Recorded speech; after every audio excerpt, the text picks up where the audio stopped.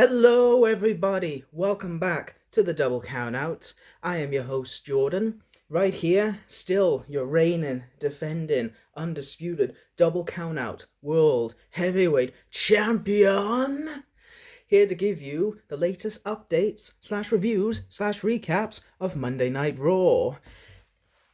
And as you see, I shaved because I am the babyface of this YouTube channel, despite the dastardly heels that John Cena has done at Elimination Chamber.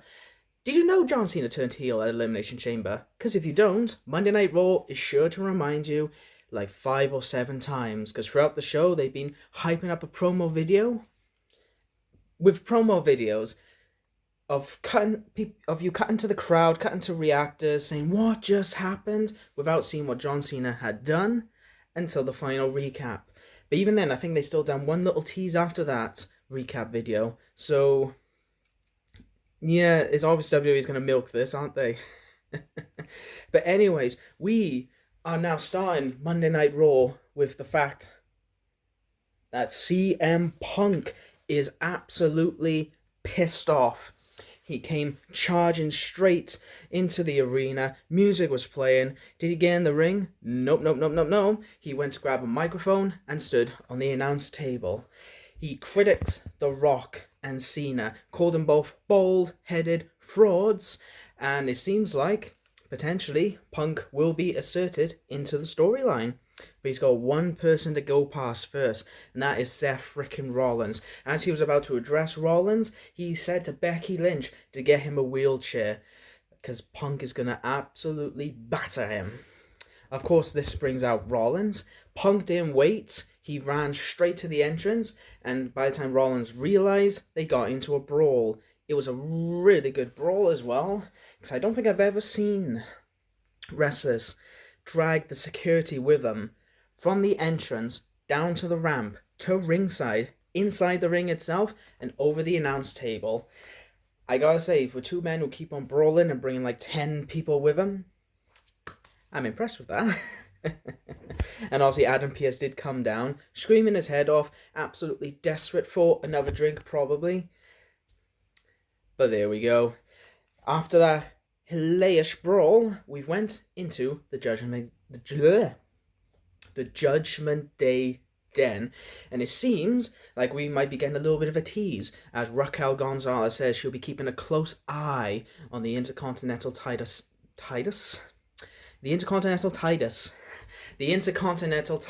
scene. So we might see her potentially going for the title. Maybe at Mania, maybe after Mania. We'll have to see what happens.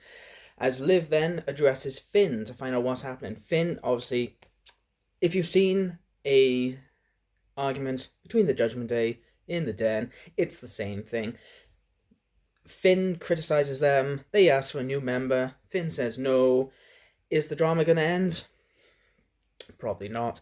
They've been breaking up for like 2 years now, so this is a missable segment if I've ever seen one. But Finn said he's going to address Braun Breaker after Braun embarrassed them last week. We then cut to the ring as we're preparing for our first match of the evening, as we have Otis from American Alpha seeking vengeance against the World Heavyweight Champion Gunther in a non-title match.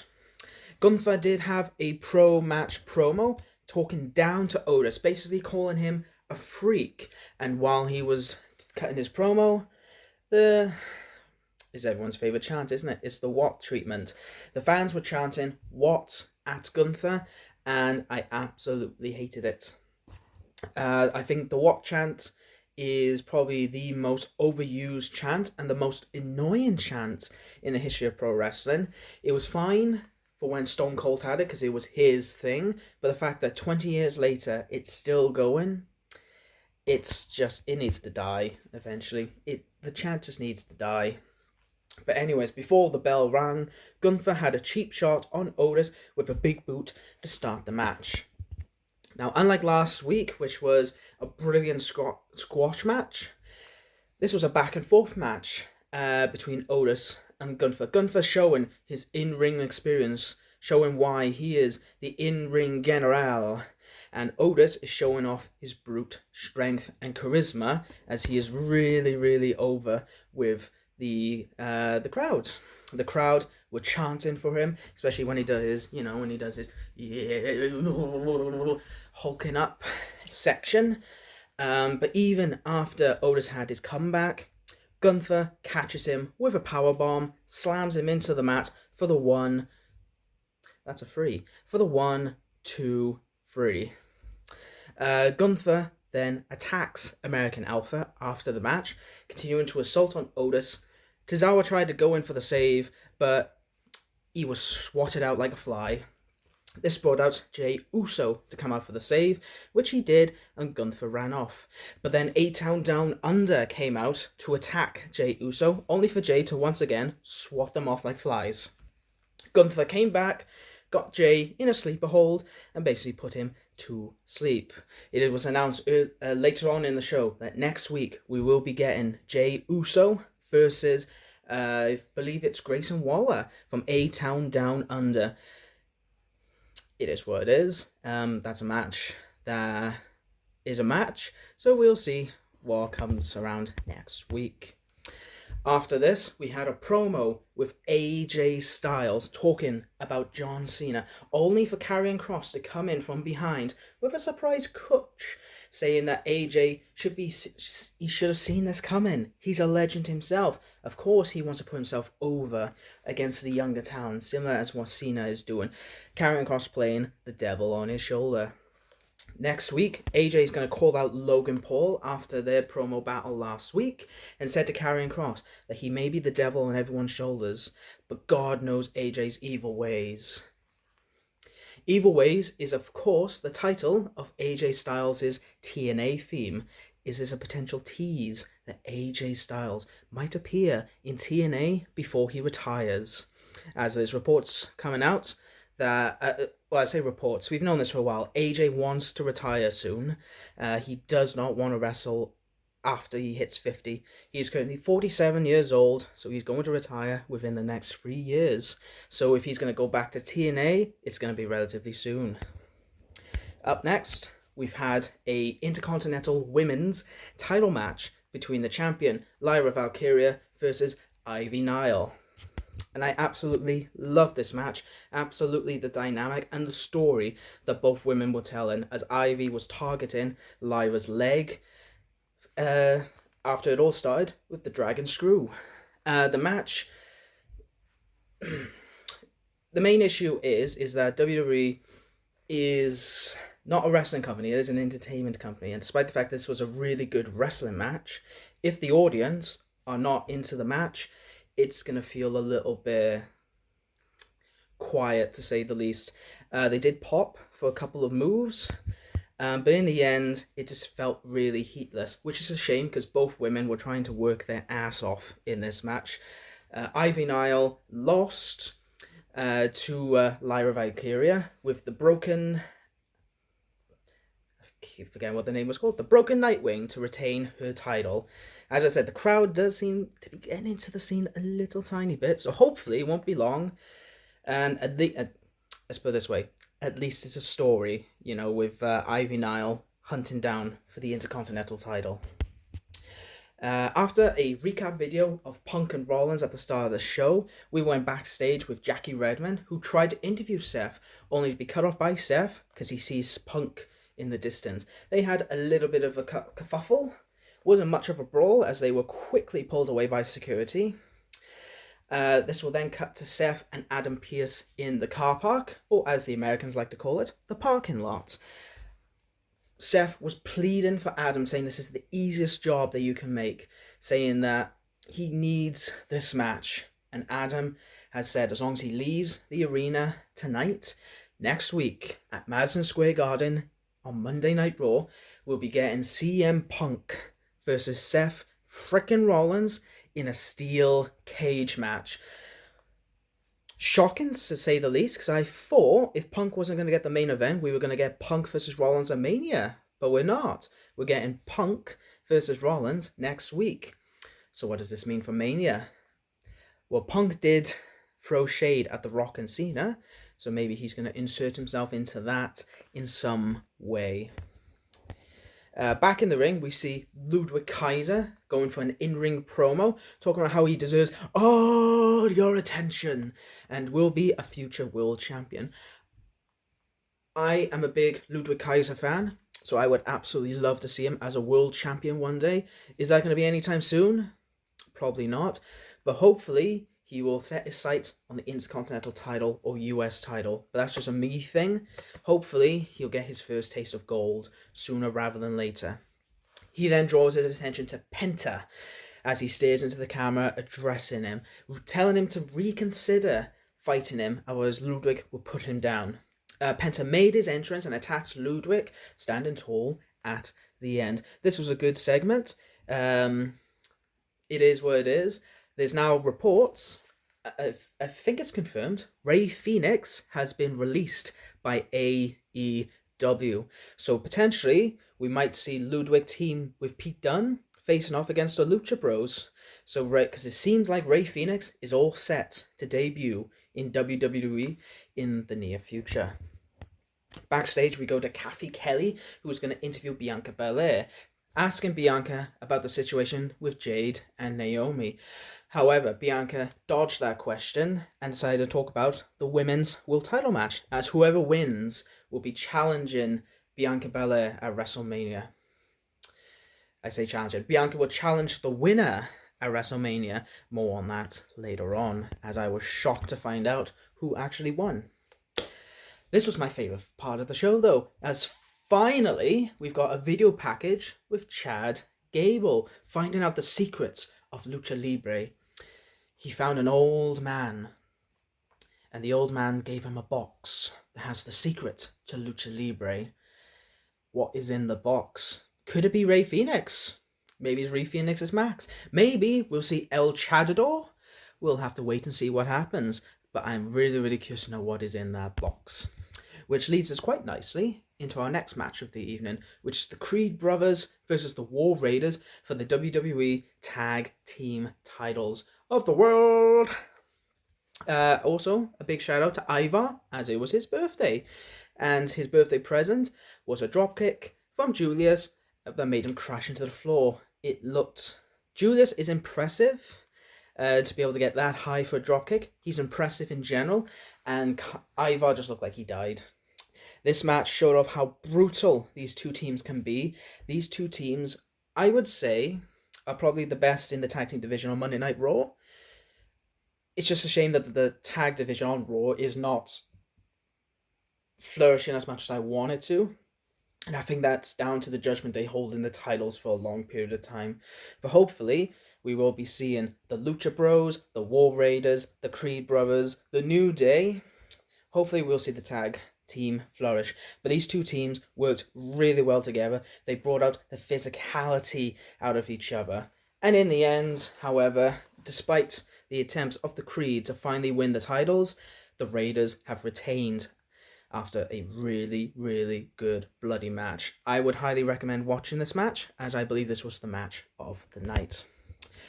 We then had a promo video of the LWO, who are in the middle of the feud with the New Day. This is also the return, after I want to say 2 or 3 weeks, of our champion, Rey Mysterio.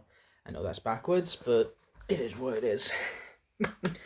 I'm not really a big lover of the LWO, but I'm just loving the matches. So Rey is returning.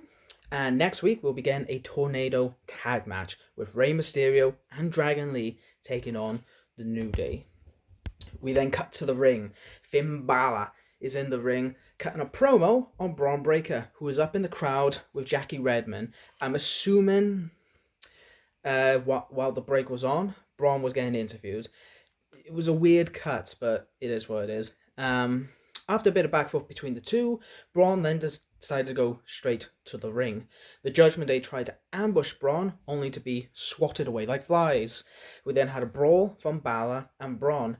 Braun went for a spear, but Balor was saved when Dom dragged him under the bottom rope. Braun then speared Carlito on the ringside to stand tall at the end. So it looks like we will be getting Finn versus Braun. Whether that's a Mania or Monday Night Raw IC title match, we'll have to wait and see. Ideally, I was kind of hoping for like a multi-man IC title match, but we'll have to see what happens. Fingers crossed that I'll get my multi-man match. We then finally, after like 5 video promos, we've had the video package about Cena's heel turn, and we will hear from our WWE Champion Cody Rhodes on Friday Night SmackDown. Next week, we will also have Jey Uso versus Grayson Waller, alongside the matches that we have announced. So that's the Tornado Tag match between the LWO and the New Day, as well as a steel cage match between CM Punk and Seth Rollins, as well as AJ Styles calling out Logan Paul. We then see Jey Uso having an interview with Kathy and cut a fiery promo about his match with Gunther, but it just felt like the same thing. It's just the same promo that Jey cut, saying that he's got his doubters doubting that he will win this match. And he said it again, and I'm just there thinking, guys, we already done this. You know, it's going to be a good match. I am a huge Gunther fan. I know my prediction is Jey is going to win. I'm not really the biggest Jey fan, but I can understand as to why the company's going behind him. But I just feel like in order to put they really need to put the pedals on this, because it's just the same over and over again, and I'm getting a bit fed up of it, to be honest. And now we've cut to the ring for our main event of the evening, as Bianca Belair came out to watch the match, as whoever wins, Bianca will be challenging at WrestleMania. It is the WWE Women's World Heavyweight Championship match between Rhea Bloody Ripley and Io Sky.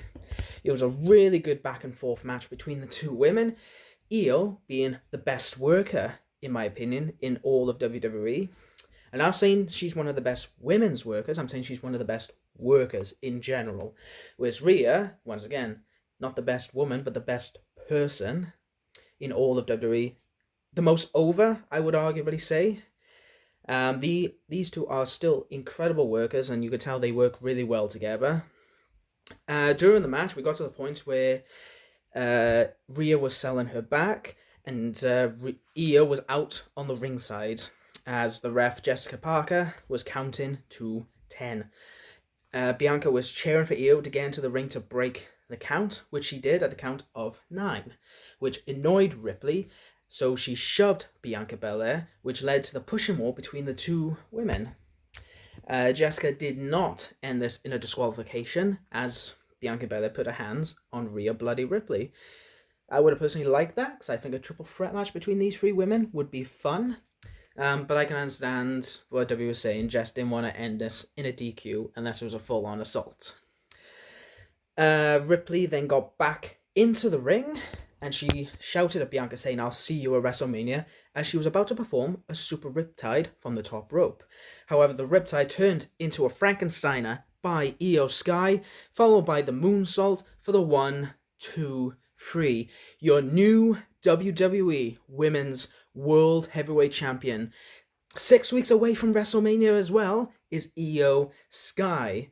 And Io Sky will now be taking on Bianca Belair at WrestleMania 41 for the title, which is really interesting. I expected Rhea Ripley to retain, and then we was going to have a one-on-one match between the two women, and I was expecting Damage Control to challenge for the tag titles at Mania, but it looks like we're not getting that. So this is a good surprise. This is a good, happy surprise. I'm curious to know what's going to happen, as well as I'm curious to know where Bianca's going to be while everything's going down between Jade and Naomi. Hopefully we'll find out a little bit more on SmackDown. But that is your show. I'm going to give it a solid 7 out of 10. It was a good show, really good matches. Some things in there were a little bit annoying, and I wanted more progression, but next week is setting up to be a big show, which I cannot wait for. But that is me done. Thank you for coming to watch me blabbling about on Monday Night Raw. Please stay tuned for an NXT review, and please stay tuned for more of your daily wrestling content. Take care.